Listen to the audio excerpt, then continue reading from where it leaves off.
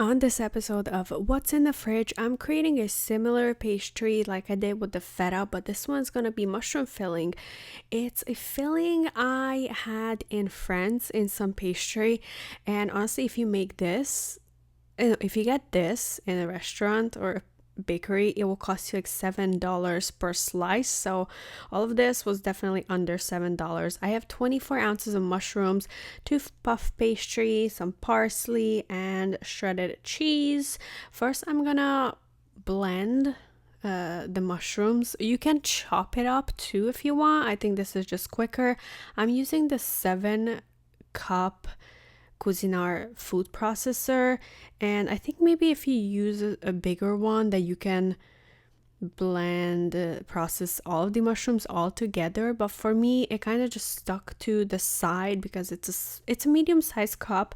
I love this. I also have the bigger one, but I feel like personally when I cook for two, I often use like a smaller portion than what fits in the bigger one. So I love the 7 cup, but because it is smaller, it got squished to the side, so I have to scoop it out and put it in a plate so that more mushrooms can fit in here. It's just a little bit more work, but it's no big deal. Just getting in the plate and the rest of the mushrooms.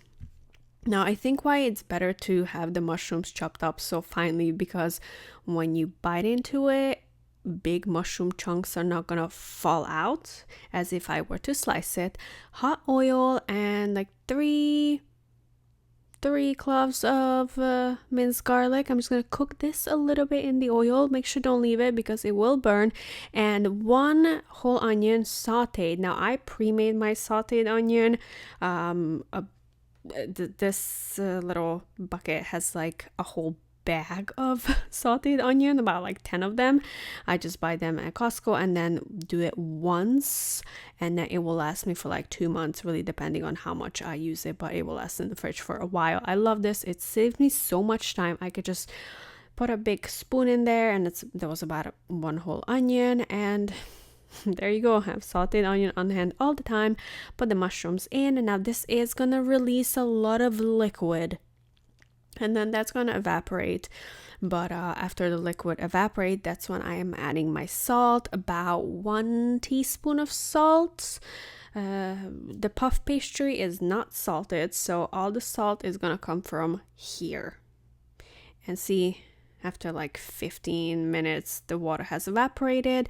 Now I'm adding some parsley once the mushrooms are done. I see some crispiness on the mushrooms, so I'm adding some parsley. I could have chopped this up on the chopping board, but I literally just cleaned it and I got lazy. So I'm just ripping it apart and small pieces by hand. It's not gonna make too much difference, honestly. You can totally skip it. It's just something I had in the fridge and I wanted to put it in here. At least some vitamins, and 1 cup of shredded cheese. This just gonna help for everything to stick together and not fall apart. Don't need to add much cheese. It's literally just a helper, and I also have it in the fridge, so why not use it? Otherwise it's a really big bag of cheese. I feel like I always buy the big bag ones because you never know when you need it, and this is like the perfect opportunity to use it up because look how well it's sticking together.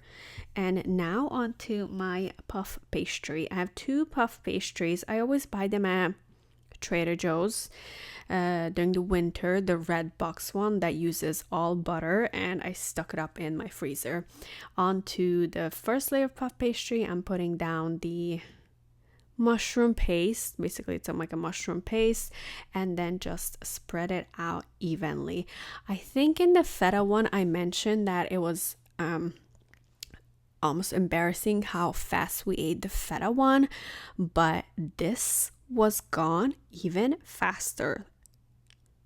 I mean, this came out so good that I could eat it every single day.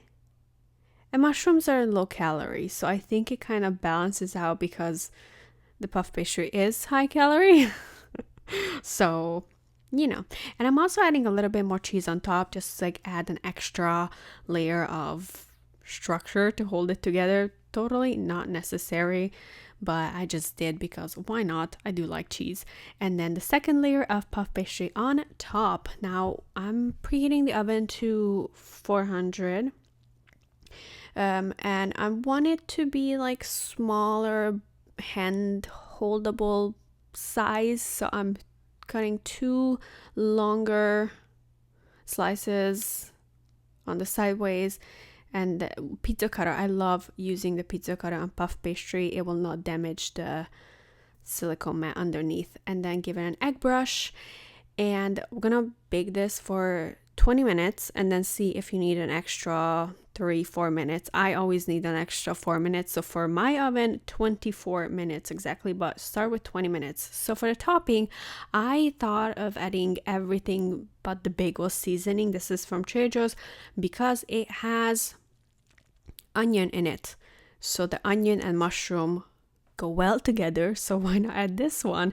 And I heard a funny story that when Korean tourists come to America, this seasoning is one very popular souvenir to take home to Korea. However, it has poppy seeds, and poppy seeds are illegal in Korea, so it gets confiscated and sometimes fined too, but it's like so delicious that everyone wants it. But yeah, if you go to Korea, don't bring this spice with you because you never know. But yeah, that was it for the topping. And now into the oven. 24 minutes exactly later, we have beautiful, delicious mushroom puff pastry bites. It's bigger than a bite, but pocket, I guess I could call it pocket, like a little pie pocket. Honestly, this is one of the best things I have created with puff pastry so far. You never know what the future holds. Maybe I'll find something else that's amazing, but it's gonna be very hard to top this one. It's perfect, literally perfect, so easy to make, so cheap. And if you have vegetarian friends, you can definitely make this for them. You could skip the cheese and see what happens, but I think it was a good choice to add some cheese to hold everything together.